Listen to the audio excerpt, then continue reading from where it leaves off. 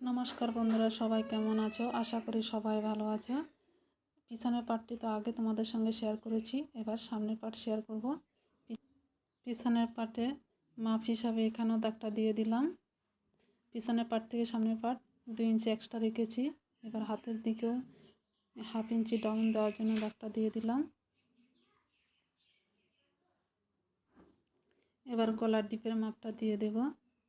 সামনের পার্টের ডিপটা দেব 6 ইঞ্চি। কটরের মাপটা দেব 10 ইঞ্চি। এখানে 1 ইঞ্চিতে দাগ দিয়ে দিলাম, এখানেও 2.5 ইঞ্চিতে দাগ দিয়ে দিলাম। কটরি 5 ইঞ্চি, তা 2 ইঞ্চি এক্সট্রা নিয়ে 7 ইঞ্চিতে দাগ দিয়ে দিয়েছি। এভাবে একটা সিধা দাগ টেনে নিলাম। তারপর এবার কটরির শেপটা দিয়ে দেব।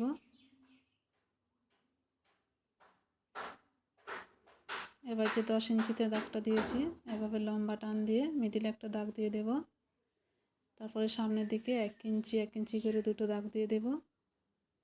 আর এই সাইড থেকেও 1/2 ইঞ্চি করে দুটো দাগ দিয়ে দেব। এবার দাগগুলো এভাবে মিডলে যে দাগটা দিয়েছি তার সঙ্গে মিলিয়ে দেব।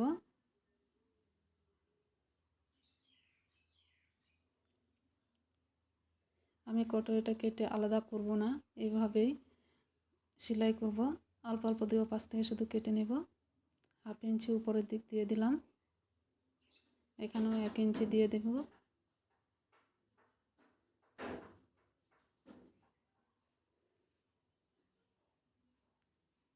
এখানেও 3.5 ইঞ্চিতে দাগটা দিয়ে দিলাম, 1/2 ইঞ্চি 1/2 ইঞ্চি করে।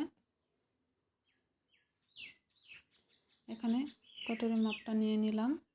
তারপর সেলাই করার পর যেটুকু থাকবো ওই হিসাবে এখানে দাগটা দিয়ে দেব। এখানে আমার 9 ইঞ্চিতে হচ্ছে, তো দিয়ে দিলাম এখানে।